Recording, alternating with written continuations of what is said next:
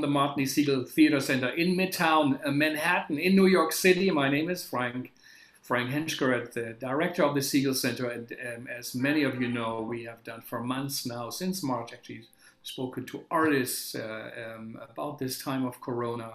After a break in September, we went back and opened up the conversations to thinkers, producers, curators, academics, and researchers to see what's going to happen now, what are we doing, and where are we at the moment. Of course, we all know today is a great day. Perhaps, it might be the day where we have a change in Washington in the political landscape. We all have been always shocked, especially people in the arts, by what is happening by our political leadership. Presidents who had to inject disinfectant, who wanted to send military against his own people who were protesting peacefully, and now is openly asking not to count votes, the stuff we normally hear from dictatorial countries, but we all have faced that this will be a peaceful transition of power. Artists have always been close observers of reality, of the moment, capture reality, but also with imagination in a symbolic way, but also in a real way. And they have been close to the struggle of freedom, they have been on the right side of history, that complex history. And if there's ever a time, I think, where we have to, again, listen to what artists say and what they see and where they have something to say, it is now, where we are thrown back to our existential questions about what are we doing, where do we come from, where are we going to.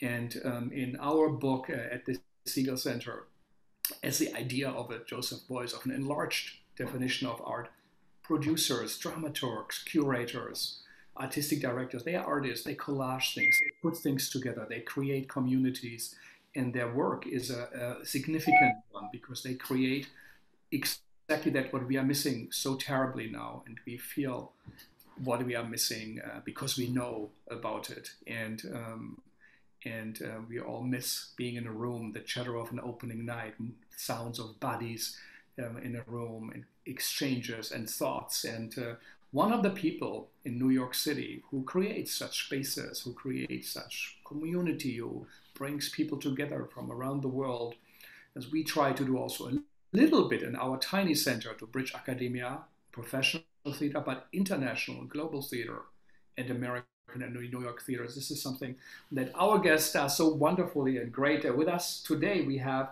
Susan Feldman from the great St. Anne's Warehouse, where she is the president and artistic director. And for over 40 years, she has worked in New York City.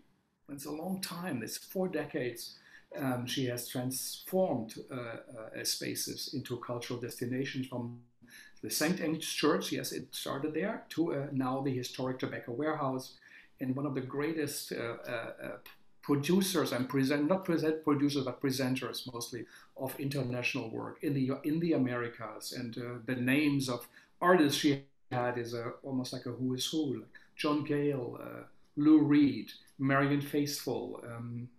They had Grzegorz Jarzyna from the T.R. Warsaw, Mark Rylance, Charlie Kaufman, the Coen Brothers, the Donmar Warehouse, the great Donmar Warehouse, with the old Shakespeare trilogy, the young Vic, the Neil Fish's Oklahoma. I remember that, the Jungle from the Gates Theater, Stephen Daldry, Dublin's Hamlet, with Yael Farber and Ruth Negga. So and the list goes on, and everybody has been there, has seen it. We are so happy and grateful that this space got created, renovated, and barely when it opened up, in a way, it was put on full brakes.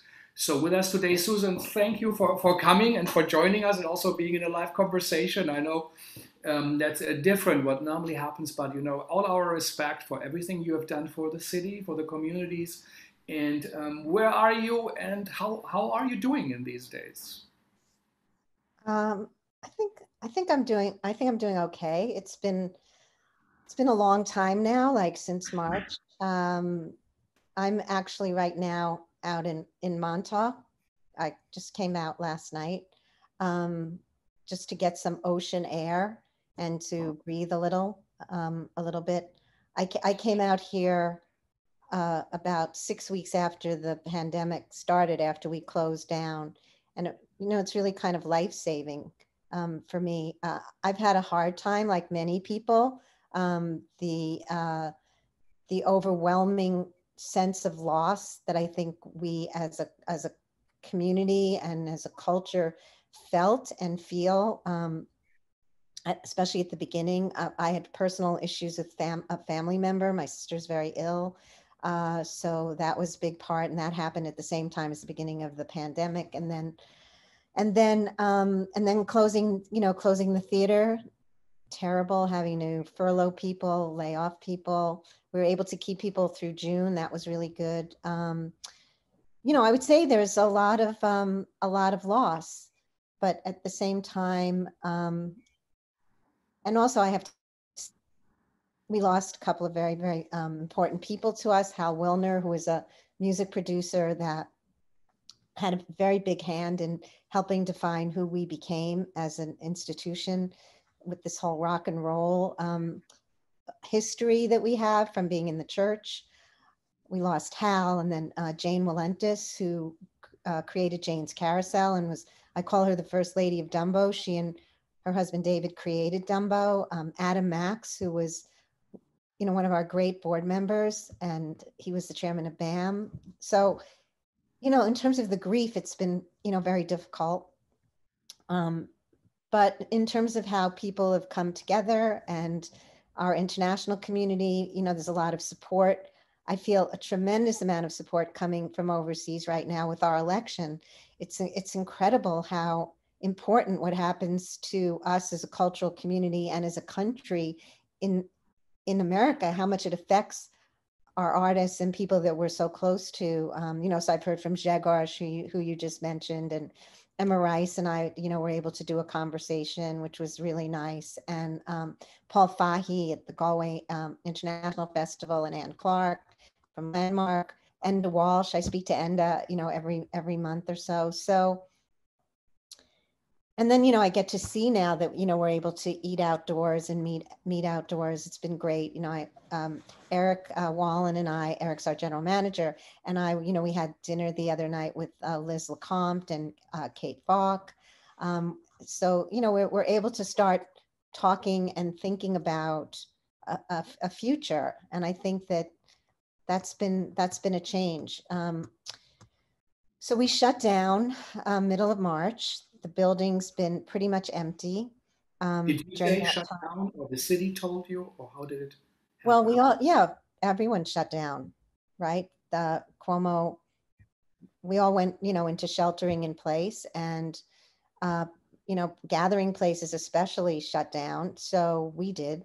We thought we were going to be gone for like 2 weeks, like many people did. And it's funny because the first time I went back in was in August or something, and or July, and there was a Hamlet script there because we literally just sent the Gate Hamlet company home, Ruth Negga and the whole team, and Yael Farber. So we just sent everybody home that Monday, and then we were supposed to have the Jungle come the following Monday, and we shut on Friday. So that's what it looked like when I came back in. So there was still scripts around. David Colon, who works with us, and George Castillo, our facilities manager, had kept the space really clean and nice. So it was beautiful to just walk in there, but very sad, that it was empty. We had our ghost light. It was very kind of dramatic. So, and then at one point, I guess, I think things started to turn around professionally as a team when we figured out a way and got the inspiration to try to use our building. If we couldn't bring people inside, to actually take advantage of the fact that we're in a public park, that we're in Brooklyn Bridge Park. And so during the protests, we invited Kobe Proctor to come in to project do photography projections onto our wall. There were a group of guys who were looking to do sort of guerrilla projections on walls. And so they approached Jim Finley, who's our production supervisor. And it turned out they didn't want to do it, but Kobe did. And he's a wonderful street photographer, lives in Brooklyn, had incredible photographs of the protests. So we decided we're just going to turn it over. And we have a great projector.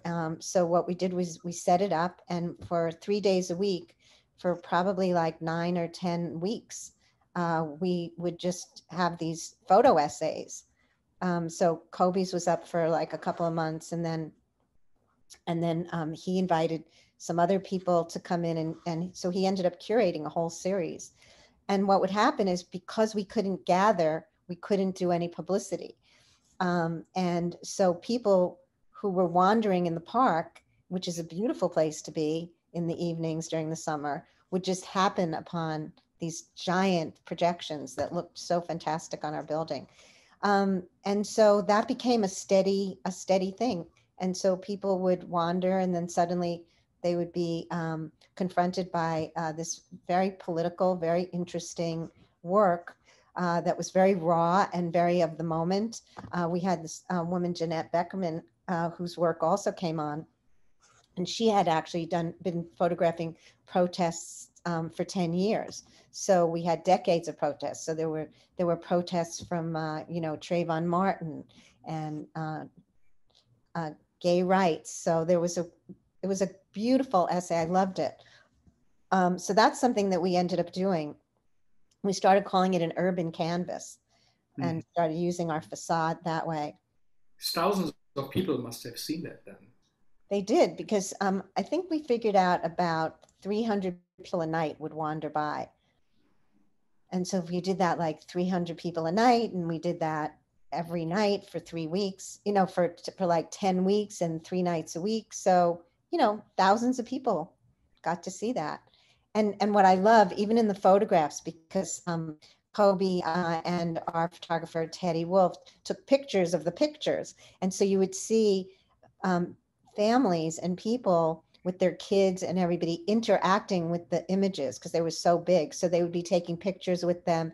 They'd be, imitating some of the imagery on the screen. It was wonderful. It was just, so that kind of started us feeling like, okay, we're alive, we're doing things. And then we also were treating our building.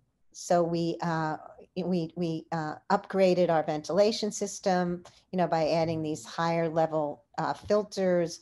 We an ionization system that goes throughout the whole building and makes it safer, because through ionization, the molecules, the aerosolized molecules of the virus get attached to others, and they fall to the ground, so they don't linger in the air longer. So we started to just set up, making the room and the building safe for an eventual return. And that's, so we did a lot. We did a lot to the building. We're still finishing up things like wayfinding, but we have sanitizers and touchless towel things. And anyway, that was a big effort that we also put into place while we were closed. And then I saw a porch concert that Blake Zadell, who's our publicist, sent me. It was Bill Frisell and a couple of musicians doing a porch. They were doing a porch concert in Brooklyn. And they were wearing masks, 3 of them. And then there were people just sitting on the street, socially distanced. And I thought, that looks really great. We don't have a stoop, but we have a roof and we have a balcony. So we got the idea that we would invite musicians to come and play on the roof. And with sort of the same idea that the people in the park who were already there would be the people who would be the recipients of that music. And it was really kind of great, because ever since we got down there, we were always thinking, like, how do we bring the people of the park into our building? How do we expand our audience? And then we were like, well, this was a different situation. We were going to bring the art to people. So that was really a great benefit of having such a wonderful space and being in Brooklyn Bridge Park, and it's, you know, beautiful setting, sunset under the Brooklyn Bridge. So we did about 12 of those. We just finished last week, and we had wonderful musicians like Bill Frisell and Eli Fola and Mark Rebo. There were many. Stu played, Bobby Previtt played. It was really fun. Damon Dono and Nathan Kochi from Oklahoma played. So it started to be something that was like a reawakening, I think. Like the first night, it was Bill Frisell, and I remember the first time hearing live music, and we were sitting on these benches underneath, and we're looking up, and the music started to play, and it was it was an incredible feeling because you could just feel it viscerally. And then, like within 5 minutes, it was the most natural thing, and people were, kind of swaying to the music, and we sort of had gotten over the shock to the system, and it was the most natural thing ever. So I really felt like we should not worry about the future. Art will always do what it does, and people need it, and it's not a question. It's a reality that people need it, and they are nurtured by it, and it's something that I totally believe will return. I had a similar feeling going into the Metropolitan Museum and seeing art, on the walls for the first time, and their 150th anniversary. So they have like the greatest hits collection on the walls. So you're seeing Caravaggio's, and you're seeing, all the European art, and then you're going into the American wing, and it was quite wonderful to understand that timelessness, that we always talk about and hear about, but then to actually feel it, and then to see people in their masks, this contrast, and it's a way of people being together but having to be socially distant. It's complicated. It captures the complexities of things that bring us together, and yet we kind of have to be apart. So there's a certain poignancy in all of that. Yeah, I feel. yeah. So are you worried about the future of St. Anne's? How is it for you at the moment? Well, we're not open. I mean, we've been doing these outside things. We also have we made an art gallery out of our archway. So we just finished the concerts, and I don't know what the future is going to bring yet. I don't know when we're going to be able to open to live audiences. We can do workshops. We can do things that museums can do. We can have exhibits. We can do workshops. We can do some film and media. All the guidelines that have been created by the state that we can fit, we're allowed to do. But that's a whole programming initiative unto itself. So figuring out what that will be is kind of the next step. I'm also on a task force with Rebecca Robertson from the Armory, and Alex Poots from the Shed, and Pat Cruz from Harlem Stage, Sade Lithcott, Leslie Koch. We all have theaters that we would consider to be flexible cultural spaces. So we've been working with the state to create guidelines just for flexible spaces that don't have the constraints of fixed seating that are the most dangerous, I guess, in the sense of COVID. But having these big open spaces and robust ventilation systems and cross ventilation in terms of egress and exits and ionization, all those things I was talking to you before, that we've been trying to work with the state to understand that our industry, like the restaurant industry, like many industries, can also open incrementally. We don't have to just wait, for a year when, Broadway can open, that we all have something to contribute earlier on that can give people a place, particularly artists and technicians and all the industries that are related to our industry, that there are ways for us to be able to try to open incrementally, just the way restaurants have. That they don't want to put people at risk, for sure, and we have to pay attention to what's going on with the virus. Nobody wants to spread it in any way, shape, or form, but we want to have a pathway whereby our industry can open. Because it was pointed out to me very poignantly by Mark Rebo, a great guitarist. He played on our roof, and it was the first time he'd played in a while, and we were talking, and he said, "Do you understand that we have no place to work? That every place that we would work is not allowed to open. We can't work in bars, we can't work in clubs, we can't work. And I started thinking about that very, very much, because it's not only about the audiences, but it's really about all the artists who have lost work, the crews that we had to let go. People lost 12 weeks of work when we closed down because the job canceled. So, and all the artists in the jungle, it's like so many people who were going to be coming to America and their work gone. I mean, it was kind of devastating. It's devastating internationally, right? Not just for us. So so that's what we're trying to do, is to get a pathway. Not if it can't happen right now because of the COVID problems across the country. New York's doing well, so we're keeping our fingers crossed on that. But we want to have a pathway, and we want to be able to work with the government to come up with guidelines that would make it safe with the state and the city. So that's kind of what I've been doing. And my staff's been, working.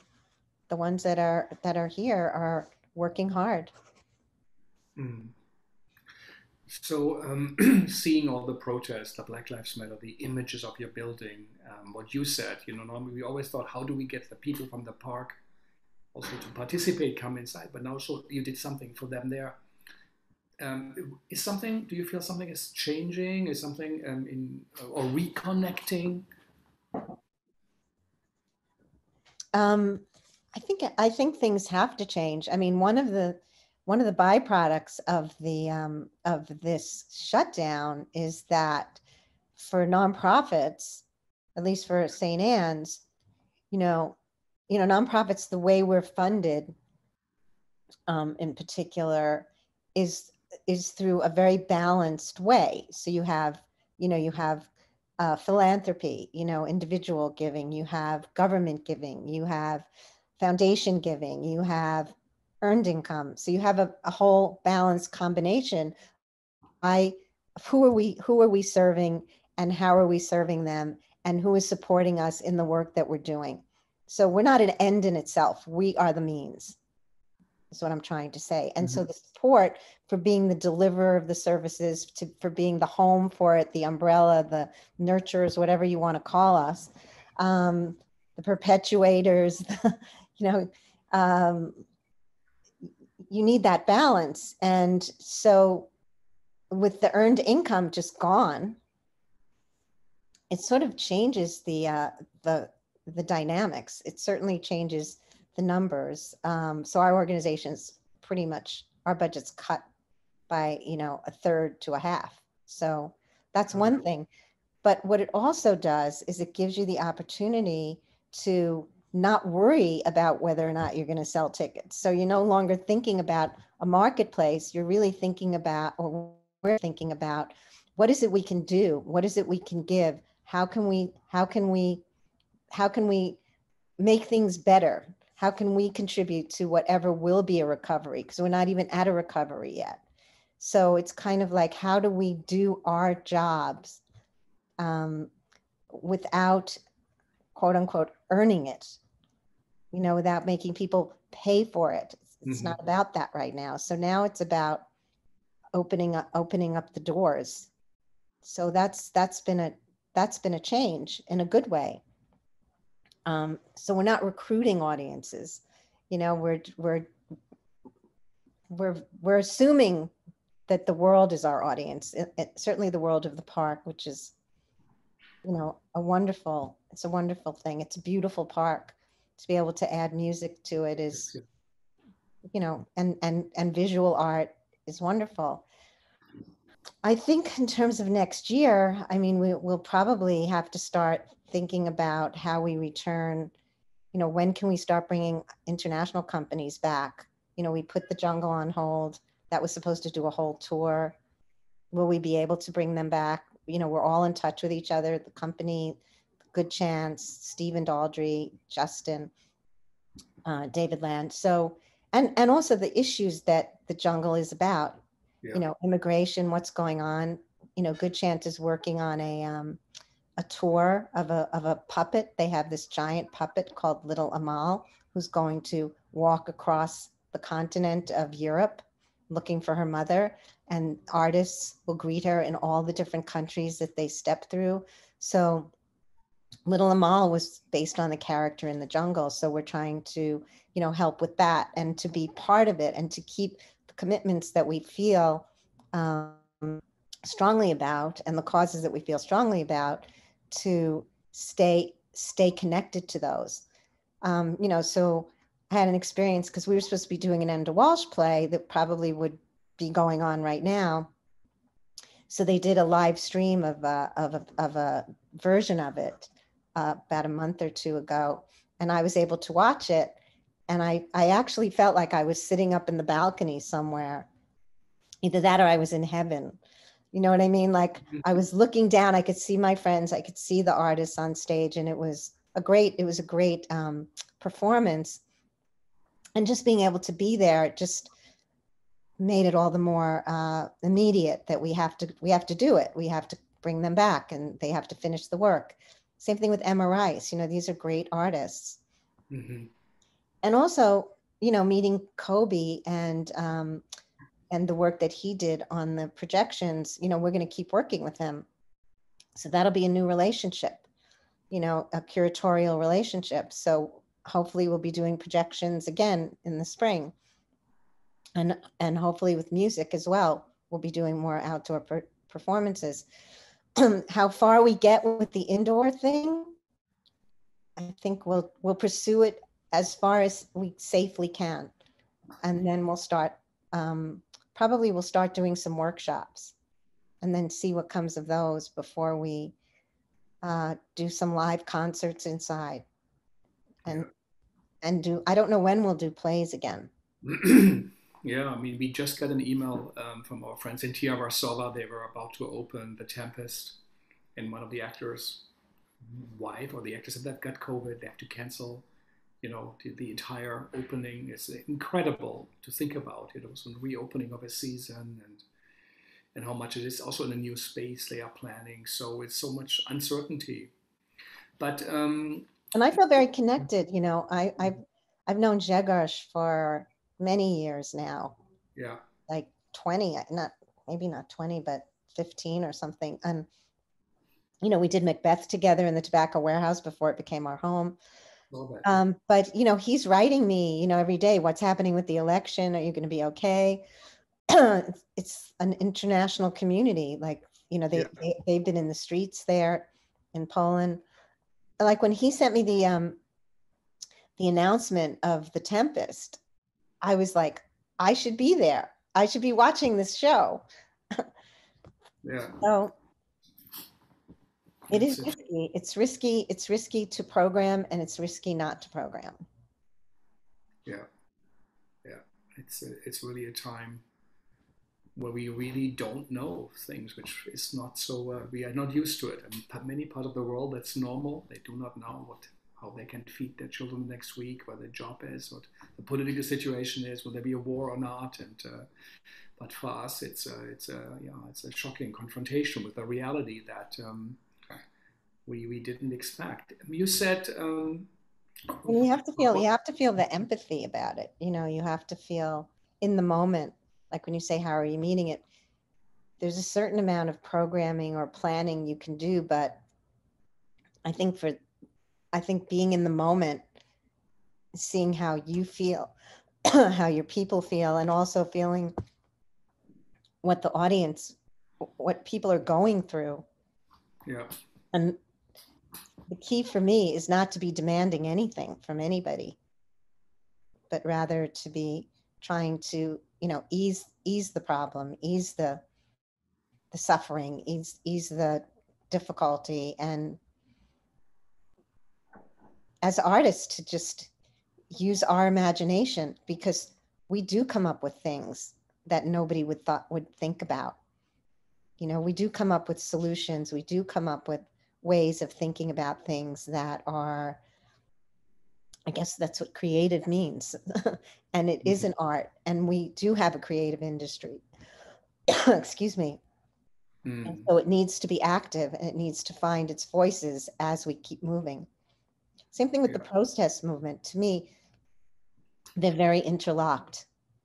You know, creating art and getting art out there in the moment, and then having this very visceral response to what's going on, actualizing in front of our eyes, has been really remarkable to me. I think that movement has been so brave and so strong, and such a leadership.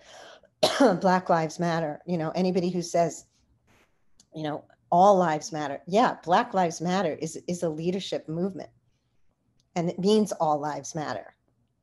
If one doesn't, none do. So that's so important.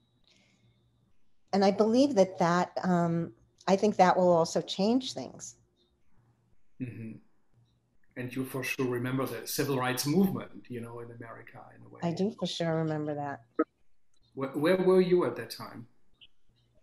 I was graduating high school in 1966. In New York? Yeah. Yeah. I grew up in Rockaway. So, excuse me. So I very much remember 1968, you know, which when I think about now, you know, and I have to sometimes when I talk to the staff, remind them, I'm not saying it's not bad now, but I'm saying it was bad then. Yeah. And, you know, we had 2 leaders assassinated in 1 year, Martin Luther King, Bobby Kennedy. We had federal troops on the streets in Chicago. We had National Guards on college campuses. The abuse of power and the corruption was as horrific as it is now. So it's not like, I'm not saying that from the point of view, it's like, we'll get through it. I'm not saying it that way at all. I'm saying it has lasting effects, and we have to be vigilant, and we have to take care and be on the case. Sorry, I'm coughing so much. It's because I'm talking so much. Yeah, you're talking. Yeah, and thank you really for sharing, and so important to listen to you. So how did you get into theater? Why did you say in the time, whatever, you see protests, others you say, what was your path? What motivates you then and even now? What's your reason? Well, when I finished college, like I graduated college in 1970. You studied history or? Just liberal arts. Liberal arts. But those were the years when colleges were shut down because of the anti-war movement. So I never even had a proper graduation because the college was closed. And so right now, most doors were closed and no classes inside. That's right. And the actual graduations weren't held. So I got my diploma, but we didn't have a proper graduation. And, you know, the country was in crisis. And the issue of deaths was around the body count of the Vietnam War, which became the big mobilizing factor. And the civil rights movement and the anti-war movement were coming together. So that was a big part of, that was my formative years for me. You know, that was what I graduated from into the world. And I had a, you know, very strong feeling. I was a baby of the counterculture, loved Bob Dylan, you know, rock and roll. Sorry. And I understood the connection between music and politics. They were very connected. And so that was just in my being. And so I started working in, I guess it was alternative education in the 1970s. I'm sorry, I keep coughing. It's terrible. No, don't worry. I'm just trying to cough. So you in education, so you did. So I was working in education, and that was where I was sort of, at first I was involved with like, I was interested in change. So I was working with adults, and I was working with adults who had, you know, had been in prison and giving them adult education. Eventually I was working with these therapeutic communities. You know, there's a lot of anti-drug money then, and manpower money to lift people up and help them get jobs and all that. So I was in that kind of job training. And then I started working with kids, and over time I started working with theater with kids. And then I decided I wanted to learn theater. And so I went to study with Gene Frankel. And so I started being interested in theater, and he was a pretty powerful director at the time, and, you know, a little strong. And it just sort of grew out of that. So you performed also then in his? No, I didn't perform. I never was into performing. So what did you were assistant director, or you organized, produced? Well, what I did was I went to study with him, and he was kind of chaotic. So he kind of needed a producer. So I kind of became his producer. And then he needed a new theater. So I helped him find a theater. And that's how I started meeting the Landmarks people. And it was the end of the 1970s and early 1980s when New York City was starting to recover from sort of like all the flight and all the downturns of the 70s. So I kind of came into that and got involved in a group called the Landmarks Conservancy that was involved in trying to save historic buildings. And with Gene, we had started to do stuff in churches and alternative spaces. And I really enjoyed working with him and working on that. And so I took that forward.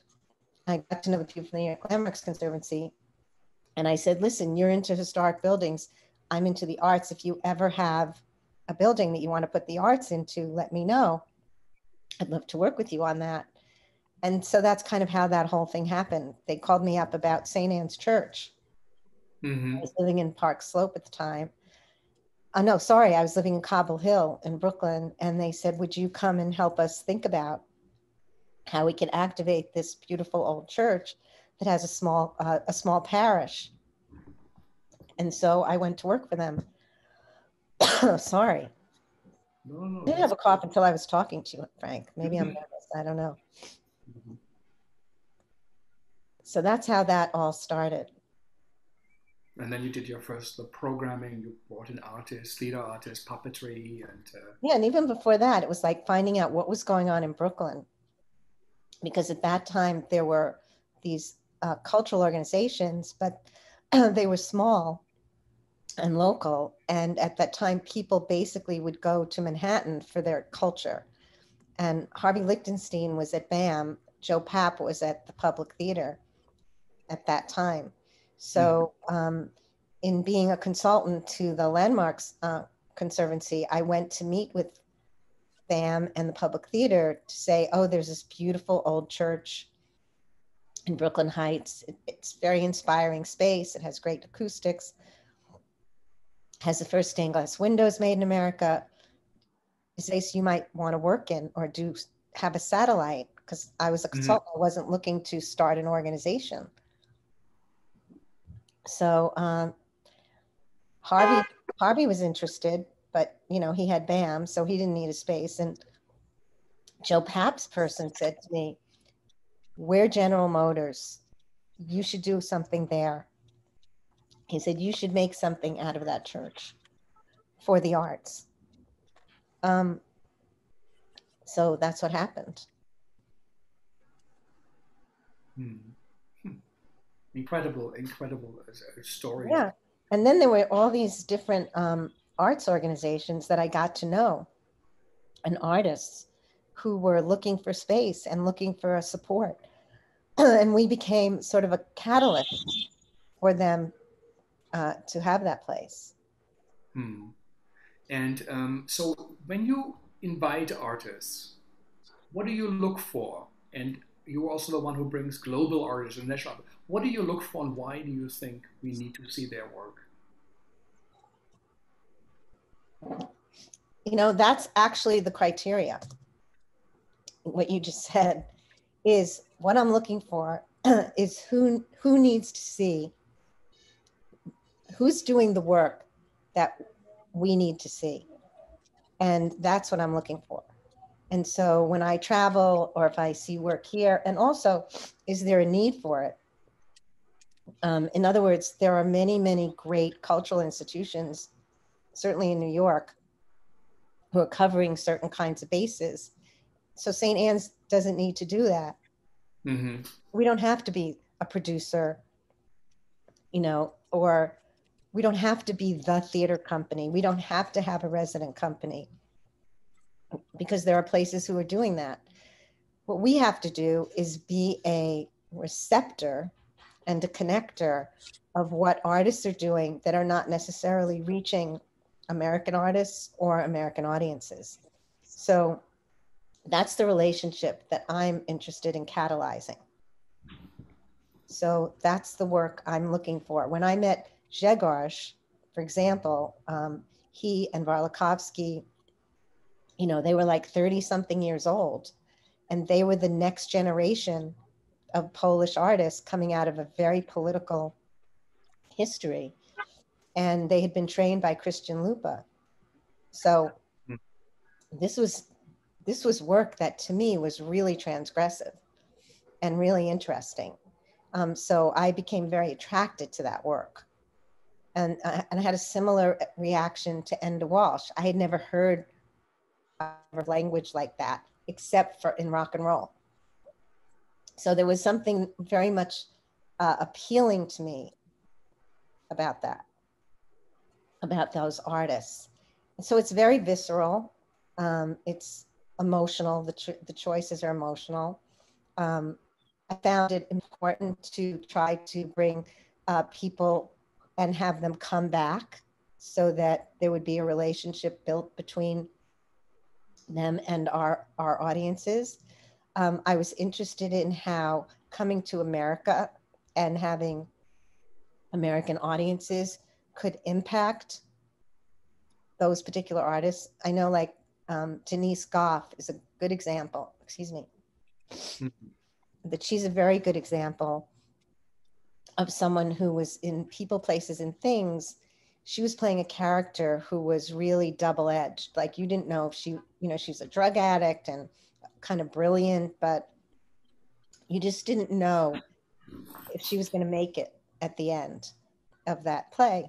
And when we saw it in London, it was very, very, very bleak to me, like too bleak. When we brought it to New York, the audience loved her and loved this character. And so her struggle for whether or not she was going to survive or get well was up for grabs. And she told me, Denise told me, that when she used to go home after the show in London, she pretty much feel like the character was not going to make it.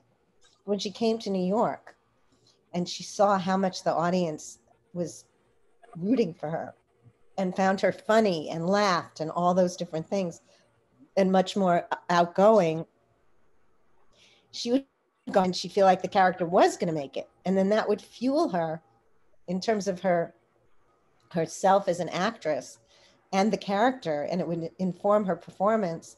So to me, that's fantastic.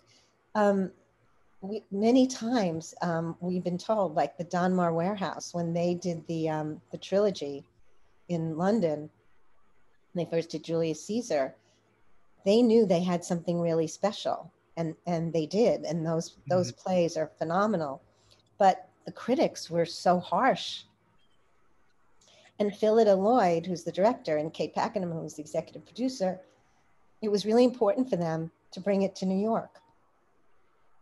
And they have said that when they got to New York, and it got these great reviews in St. Anne's and this huge welcome and sold out performances. And it was a bigger arena than the Little Donmar. And then the way that we could utilize space to transform the prison setting, that reinvigorated them. And so then St. Anne's and the Donmar became linked in terms of what was going to happen for the next two plays. And in fact, they were there for the groundbreaking of our building that we're in now. And then their Henry IV opened our building. So these are deep relationships. Yeah.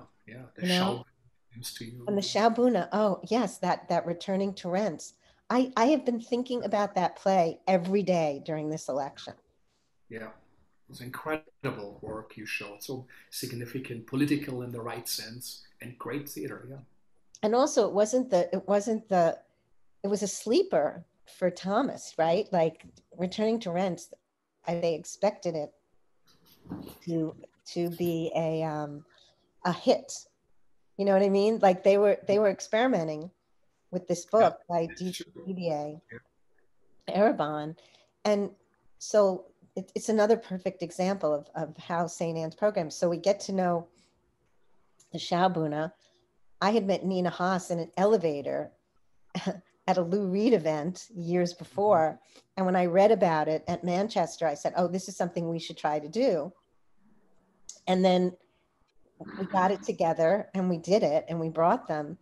And it resonated so perfectly because it was about why was this working class German community French community, sorry, that Didier had grown up in, why were they voting for Marie Le Pen?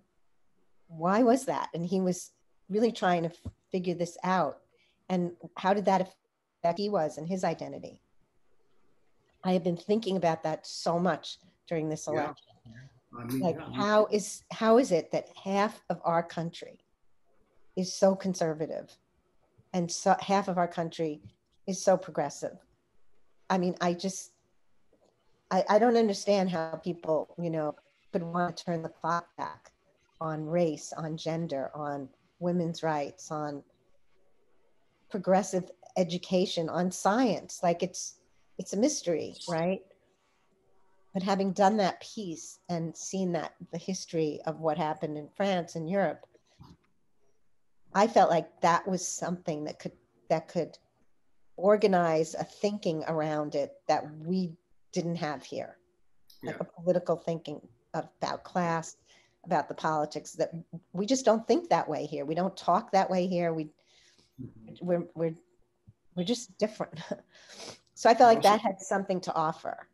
And also, I think what it showed that there's a dramaturgy, an idea that is, at the work, instead of, let's say, writing a play where a family sits at the table and the father and the young daughter have a discussion. This is a play based on a novel of someone for real. Didier Eribon went back to his hometown to meet his parents, his family, who all of a sudden voted for this truly right-wing Le Pen. And he tried to understand. It was archival footage, whatever. So, and then Thomas from the Schaubühne went back with him, and they took, images, videos, and then under the idea they would do a documentary film, and then they end up in a cutting studio and discuss.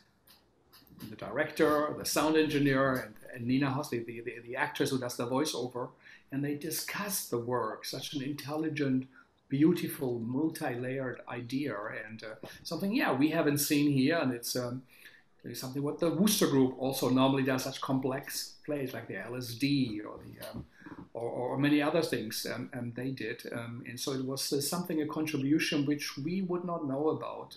And you also gave them a long run. Normally it's a couple of days, right? Yeah, we gave them. I think we did it like 3 weeks, which was it's a big risk, and also unheard of for them. Because they do a lot of touring in festivals, but what also happened with that situation was Didier didn't want to come over to do a talk, but Edouard Louis came over, and he was a good friend of Didier Eribon's, and so he gave a talk that was absolutely riveting you know, about the connection between poverty and violence, you know, and being gay and being a young gay guy coming out, and we brought back his play the next year, History of Violence, and we actually helped commission it with the Schaubühne, and we hope to bring his next one, you know, Who Killed My Father, which is also really interesting that Thomas Ostermeyer just directed it, Ivo van Hove directed it. So there are these thinkers like Edouard and these, you know, deeply radicalized voices who are really, really special. You know, Eric Berryman is a young Black artist working with the Worcester Group. He did that piece called The B-Side, which went into the prison songs of the state penitentiaries from the 60s on. And, you know, we're going to work with him and Kate again on the next piece. So it's not just like, how do you program a season? It's really like, what's the long-term commitment in terms of what are people thinking about and learning about that we need, we as a culture need, or what I feel we need, or I don't know. What do you say to this idea that people say now we maybe have to go back? You never do the kind of the big festivals, but still artists fly in with airplanes and stay and then leave right away. And then there's also community. How do you find a balance? And did this time we live in now, did it change something? Or is it reconfirming what you always thought was the right thing to do? Well, it makes me want to do and try to figure out how to do more local programming. You know, how to collaborate with American theaters and New York companies. So, yeah, I mean, because I'm thinking now is a very important time for us to be looking inward, and for us as a culture to be talking and writing and performing about our feelings, especially in the Black community. Like, that seems very, very fertile right now as a place where the white institutions need to just break down the doors, you know, like, and you have to do it in a kind of organic way. So what do we have to do? Let us know. What do you think we have to do? I don't know. I think we have to get involved. We have to get involved in a very different way. We just have to engage. You know, it's relationship building is really what it's about. You can't just change. You have to build relationships. So I think that's where I'm looking. And I think that's where Eric and I are looking. I don't know who's talking. I don't know, Blake. Please take your mic off. Mike, maybe can you, yeah, take him off the screen, or mute him. Okay. Yeah. So I think that is also, I think what you say, to have long-lasting artistic collaboration. But I especially, I think what is important in your work, that you do also international, global programming, because it's a big island, America. So the voices on the streets, the diversity on the streets, we hardly see in the commercial theater, very little, and also in the plays, they often seem to come from London. But I think your programming really is such a rich contribution, you know, towards what we call world theater. Like, there's a world music. You're so close to the music world. But also, all musicians listen to musicians from around the world to inform their local practices. And I think St. Anne's is a place. It will be so hard to reconnect to it. There's so much funding lost. Will audiences come back? When it might take a year to open again, right? I don't know. What do you think? What does your task force think? In case even, let's say, a year, but how long will it take that people come back? What are there any thoughts? About time? Yeah. Well, at the risk of, I don't want to get into a heavy conversation about the soul-sucking conversation of our current leadership. I don't want to get into that conversation, but I honestly believe that that we will not get well under this leadership. So if there's a change in the presidency, and there's a commitment to getting well, I think we have a chance. So I believe that very strongly. I believe very strongly we cannot get well under this situation, because there's no interest in that, and it's a death trip. So so let's get through this election. That's the first thing. Like, the first thing is, are we saving our country or not? So if we're saving our country, then we can start to think about how we recover. So that's the uncertainty. One of the things that opened up my thinking and took me out of depression during these last few months, and I think opened up the door to doing the concerts on the roof, was I couldn't live with so much uncertainty. And so I was looking for one thing I could feel certain about. And that was the one thing I felt certain about, that as long as this guy is president, we will not get well. And somehow knowing that certainty for myself, I was like, okay, so in the meantime, what can we do? And that was kind of like, we're not going to talk about opening. We're not going to worry about that. We're going to just bring art to people. We're going to try to make people's suffering less. We're going to try to have a voice. We're going to try to give voice to others. And that is what we're going to do. And that is what our job is. And so that's what we did all summer long. So I'm still in that mode, hoping that if opening is the answer, that's the answer once we know that we can recover. So I guess that's my answer to your question. It's like, yeah, we'll get back to bringing artists from overseas. We'll get back to, we'll build relationships now, and we'll do workshops, and we'll prepare for the summer, and it'll only be a few months and we can get back on the roof. And, you know, we will just keep our as much artistic life happening as we can.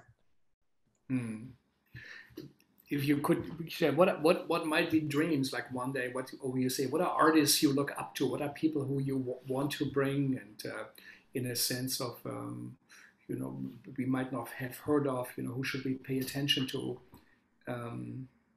Not that I'm asking about program at all, but what do you think, what art at the moment is